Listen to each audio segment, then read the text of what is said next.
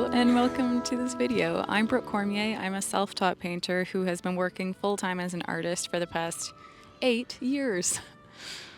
Wow. The other day on Instagram I put out an AMA, Ask Me Anything, and I got quite a bit of responses, and so I'm going to try and work through some of those questions today. So let's get right into it. I thought we'd start things off with a bang.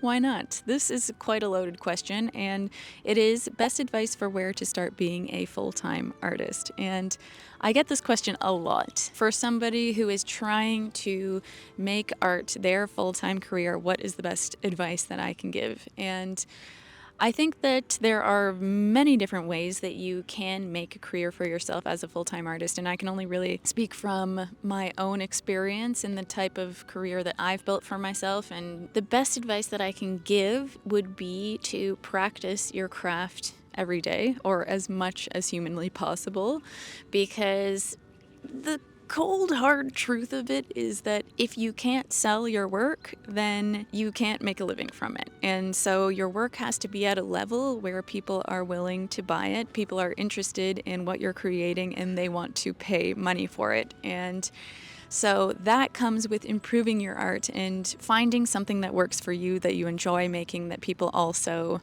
want to buy. And this just comes with lots and lots of practice. And so I think that is number one, is just paint every day, draw every day, whatever it is that you're trying to do. When I was making this transition into being a full-time artist, that's what I was doing. I was painting every single day. I was building up an inventory. I was experimenting. And that is where the biggest leap in my improvement came from, is just doing it as often as possible. Another tidbit would be management. I think time management and money management, because being a full-time artist is quite unstable occupation. There are a lot of ups and downs, especially in terms of your income. You don't have a set salary, so you may have months where you make tons and tons of money and you feel on top of the world and that everything is great and you're super rich, and then there could be months and months that go by after that where you don't make a darn thing. And so that's where money management comes in handy. I think that if you want to be a full-time artist, you have to be prepared for those low points, and so saving money is a big thing. Being frugal, knowing what your wants are and what your needs are. And I've always kind of had that mindset where I have always been a big saver.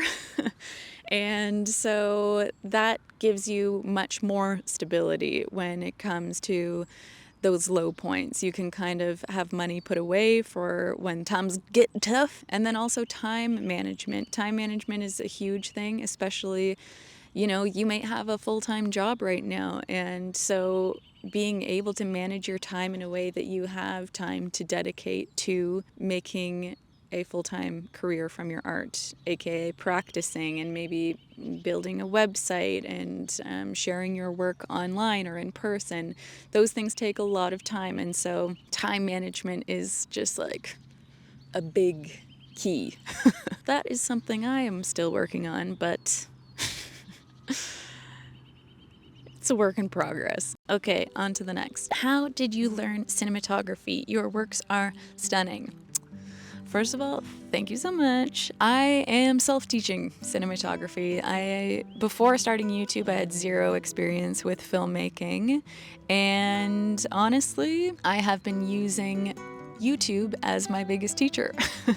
So I use Premiere Pro to edit all my videos, and there is an extremely steep learning curve in my personal experience with using Premiere Pro, and so I basically use YouTube to teach me how to use Premiere Pro.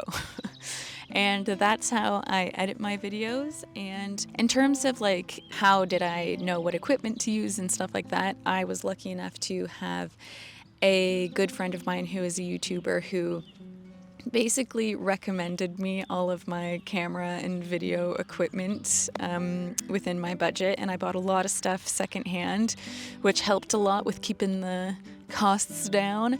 Oh my god, the squirrel, what the hell? Wow. Yeah, my filmmaking journey is still somewhat at its beginning, and I'm also just trying to treat it as an art. Because it is. Filmmaking is an art, and that's how I can have fun with it. That's how I can use, creativity and getting different camera angles and things like that, and how I want to convey a message, how I want to convey a feeling. So I guess, in short, I'm still learning cinematography, but I am self-teaching. This person asks, how was your first time speaking on camera? And yeah, not natural. I still feel like I'm getting kind of used to speaking on camera. I feel like the more I do it, the easier it gets, which is great. I am filming in public right now, and there are people walking by, and I'm just trying to forget about it. Because I feel like me a few years ago would be very embarrassed to be filming in public. But honestly, I'm just like, guys, I'm working, okay? I feel like the first time I spoke on camera, oh god, I was editing that video after and just cringing. It was not a pretty sight. But yes, the more that I film, the more comfortable I feel, and I think that that is the same with kind of anything you do. You just kind of have to get used to it, get a feel for it. And what helps is to picture actually speaking to you guys, like not just my camera, but to feel like I'm actually having a conversation with somebody, picturing my friends on the other side of the lens, you know what I mean? This person says, I really want to know how you plan and film your videos. They are so well made. Thank you again. And I get this question a lot, how I plan my videos. So I think I'm going to make a whole video about that. I think I'll take you through my entire process of how I put together a video, because I think I can't explain the entire thing in this one. I think that deserves a whole video for itself, so I will save that. And this person says, what camera gear do you use to film your videos? And I leave all of my camera gear in every description of every YouTube video. So if you just scroll down, then you will see all of my camera gear right there. And in the video that I eventually make on how I film my videos, I'll also walk you through all of my equipment more in detail. So the next person asks, what brings you the most buyers, Instagram or something else? And this is difficult to answer because honestly, I'm not 100% sure. But I think that it probably would be Instagram because of the fact that my largest audience is on Instagram. So at the moment I have a little over 300,000 followers on Instagram, and so that is just the most amount of eyeballs that I have looking at my work. A lot of the time in the past, I've just basically finished a painting and then I've posted it on my Instagram story with a link to my website and said, hey, this painting's available for purchase. You can click this link and you can buy it. And I have sold a lot of work that way. So I think that probably Instagram would be my biggest source of traffic to my website, which then results in sales. And I also have a newsletter. And so when I send out my newsletter with new work and stuff like that, I know that I get sales that way as well. And honestly, YouTube has also been a pretty good way to make art sales. I honestly wasn't expecting that. When I started doing YouTube, I was kind of saying it as like more of, I'm talking to the aspiring artists. I'm talking to my art homies that are not necessarily collecting but just want to learn, and it's like that kind of thing. I did not expect to find buyers on YouTube. So that's been pretty cool. You know, I have sometimes people buying paintings and then reaching out being like, I saw your video on this and then I went to your website, and I'm like, cool, thank you.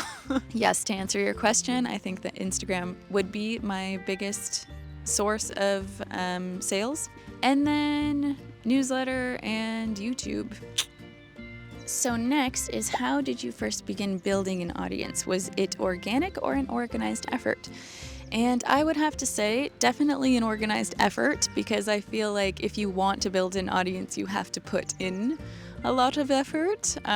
So I was always very focused on posting high quality content and posting my work in a way that looked professional, and this took a lot of time and a lot of effort.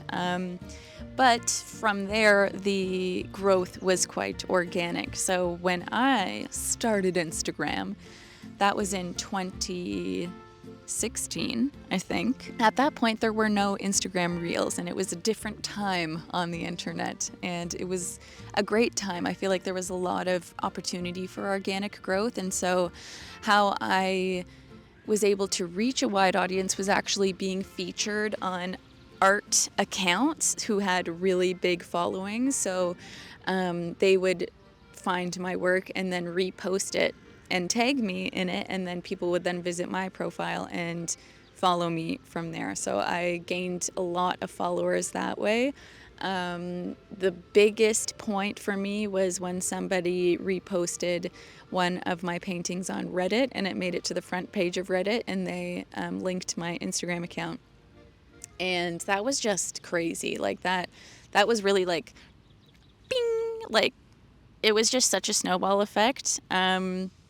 So anyways, that was all very organic, and I don't pay for advertising on social media. I don't pay Instagram to boost any of my posts. I kind of think like, screw you, Instagram, you're not paying me anything for the amount of effort I put onto your platform, so I'm not paying you. One time I actually did pay somebody to do Facebook ads for me for my work, and they really screwed me over in the end. Basically, their offer was like, you give me $700 and I make back double that amount, and if I don't, then you get your money back. And I was like, okay, cool, sounds like a good deal. And then they didn't make any money, and then they just ran off with my $700. So that was the last time I ever put money into advertising like that. So yes, all of my stuff has been very organically grown. And if we're talking specifically on Instagram, I've put a lot more effort into Reels these days, because I feel like that's kind of the best way to grow your audience. At least that's what the algorithm seems to be telling me. So yes, it is a lot of effort, a lot of organized effort to grow an audience on social media, but it's worth it if you can then make sales and make a living from your art. Okay, I think I gotta stretch my legs a little bit.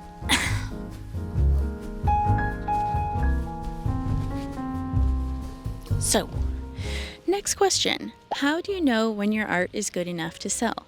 And I feel like there is only one way to find out, and that is to try to sell your artwork. If you are thinking, oh, I have to wait for the perfect time to, where my art has reached this level of mastery or perfection before I can even dream of starting to sell it, you're probably never going to try, because you're probably striving for something that doesn't have a real, end point. You know what I mean? It's not like you can say, okay, by this point, my art will be at this perfect stage where I can then sell it. I think that you have to try to sell your work in order to know if it's good enough to sell. Which brings me to the next question, which is, how can I sell my paintings? Did you have any difficulties or concerns at this stage? And that is a very good question. And I think that there are a lot of ways that you can go about selling your paintings. But I think at the stage where you're really just starting out and you haven't ever sold anything before, or you're just, dipping your toes in the water in the art game, I think a good way to do this is by joining a local art exhibition or a local art fair or a art market or something where you can actually sell your work in person. And I think that this is a really good way to gauge where your art is at in terms of quality and in terms of how you've priced it. Because if you go to a art fair and you have your art and then you have a price, and within an hour, everything sells out, fantastic. You know that people are willing to spend money on your art, but it also is an indication that your prices are too low and that you could probably raise those prices maybe 5%. And alternatively, if you go and you have the art in the price and then nobody is buying it, it could be an issue with the pricing. It could be an issue with the quality of your work. So I think that these live events where, the stakes are low, you don't have to, for your first one, go to one where you have to pay a ton of money for a booth or something like that. I think that there are more like low-key ones that you can join, which are great because then you can actually interact with the people who are visiting your artwork, and you can get kind of like live feedback. You can see how people are reacting to the work, how people are reacting to the prices, and you can kind of adjust that accordingly. I did a lot of these live events when I first started painting full time, so that included art fairs, art exhibitions, and all things like that. And at that point in my career, I was also kind of all over the place in terms of what I was painting, and I really got a good idea of what my best sellers were this way, because I had such a variety of work in my tent, and then I could then basically see, okay, now all these like little food paintings that I'm doing are just like flying off the shelves. Like people love them, they're buying them. Okay, and then this kind of more impressionistic thing over here is not doing so well. Okay, so maybe I'm gonna lean a little bit more into the food stuff, and that's what I did. So it is really scary doing live events, but I feel like it is a really good way to see where your work is at. But I think that I will make another whole video about pricing your work, because that's something that I could talk in depth about that could be really helpful. So if you're interested in that, write it in the comments, why don't you? Another question reads, what are some resources that have helped you over the years with your business? And I think that in terms of the business side, there have been a lot of things that have helped me. First of all, having a website. I think the website was like a pretty big game changer for me. Originally, I built my website on Wix, which I think is a very user-friendly website builder. It was quite intuitive, the way to set it all up. So that's why I used Wix, and I was able to make a semi-professional looking thing on my own without having any like web design experience. The only thing is that I wasn't selling my work online at that point. So basically the website was just a way for me to have kind of like an online portfolio aside from my Instagram, where people could then visit. I had an about page, I had a contact page, and then I had like all of my work displayed. So that was like kind of like a professional step. Like, oh, you can go to brookecormier.com if you're interested in my work. But to take that to the next level, that's when I started on Shopify and had the whole commerce situation down pat, where I was actually selling my work online, and that was a big game changer. So because before, if somebody was interested in my work, they would have to then like email me saying, hey, I'm interested in this piece. And I would say, okay, so here's the price and here's this and that. And it was so much back and forth. And I think that a lot of the time, people just want the path of least resistance. And if you have an online shop where somebody can just go and say, yep, I like this one, add to cart, check out, and bada boom, bada bing, like that really increased my sales so much. So having an online shop has been game changer. Also, having a newsletter. A newsletter has also been really good, and I definitely recommend starting one if you don't already have one. I think that that's a really good way to contact the people who really like your work because, anybody can follow you on Instagram and whatever, but if they're going to give you their email address and let you into their sacred inbox, it means that they're serious about your work, and those are the people that you want to hold dearly to your heart. So I would recommend collecting those emails. I started off with MailChimp because they have this free plan for up to 2,000 subscribers, newsletter subscribers. So that was really good. But then once I surpassed 2,000, it started becoming too expensive for me, so then I switched also to Shopify email. Also, Notion has been a huge thing for my business. I started using Notion at the end of 2023, and by God, it has been helping me so much since. It's honestly It's been such a game changer for me. Last year, I spent the entire year building this template where my entire art career lives. So I have like a commission section that I put all my commission in, and I have like my daily to-do list, my weekly priorities, all of my goals, all of my projects. I have my YouTube like content calendar, my scripts, like everything lives there, and it's just that, honestly, I think has been probably the biggest the biggest resource for me so far. And I also was getting a lot of questions about my template, so I put it up for sale for anybody that's interested. So I'll leave that in the description if you want to check it out and learn more about that.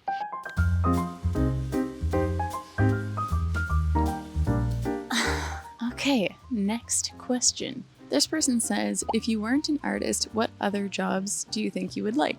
And I actually have a degree in landscape architecture, so I think if I wasn't an artist, I would probably do something in that. I love gardening, so I think that probably I would be a gardener, or just kind of anything to do with being outside. I love the outdoors. Maybe I'd be a forest ranger or like a canoe tour guide, or I don't know, something like that. Fun question. Thank you for asking. This person says, did you ever have times before the success where you felt like giving up? And this is a good question. I definitely experienced a lot of lows.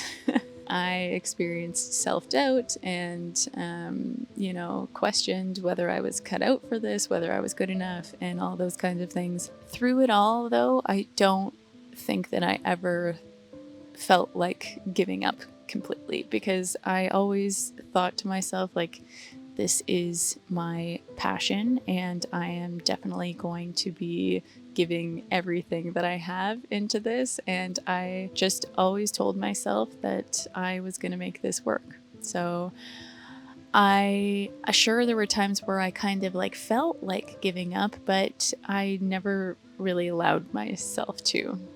I gave myself no option to do the giving up, but that's not to say that I did experience some tough times. Resilience is something that's important. Another little location change for ya. This one was unplanned. It's just that I had some chatty ladies next to me. I've been yapping a lot already, so I figured I would just end off the video with my most frequently asked question for this particular AMA, and that is, why did you move to Vienna? And that is a good question, and the reason is mostly, in short, that my husband is from here. So I met him when I was on an exchange semester here 10 years ago, which is crazy to think. And we did long distance. I moved here, then we moved back to Canada, and we basically have just decided to stay here, or move back here, I guess you could say. I love this city. I've been here now for just under a month, which is crazy. The time has been flying by. It's been so busy. It's been great, but it's also been very stressful. Just lots of things to kind of get sorted out. But finally, this past weekend, our things arrived in the ship from Canada, which included all of my paint and everything, so I'm so excited to actually start painting again. It'll be wonderful. I'm already feeling homesick, and I feel like my homesickness will probably never really go away, because I will always miss Canada and my friends and my family there, but I am also very fortunate to have friends and family who I love here as well. So that makes it a little easier. And I also just moved into my old studio. I had joined a studio when I lived here in 2019, 2020, and I just got the keys a few days ago, and I'm moving back right into my old space, so it feels kind of like no time has passed at all. It's a very strange feeling. So yeah, I hope that you liked this video and that you found the answers to your questions satisfactory, and if I didn't get to your question, sorry about that. Maybe I'll do another AMA sometime soon and hopefully get to that then. If you found this video helpful, or you have any other questions that you want to ask, just leave it in the comments and I'll try and answer it there. I try and read and answer as many comments as I can, but I'm also super busy right now, so please, please just know that I appreciate it. I'll try and get to as many as I can. Thank you so much for watching. I hope you have a wonderful day, a wonderful rest of your week, a wonderful everything, and I hope that I can see you again in the next video. I'm Brooke Cormier, and I'll see you next time.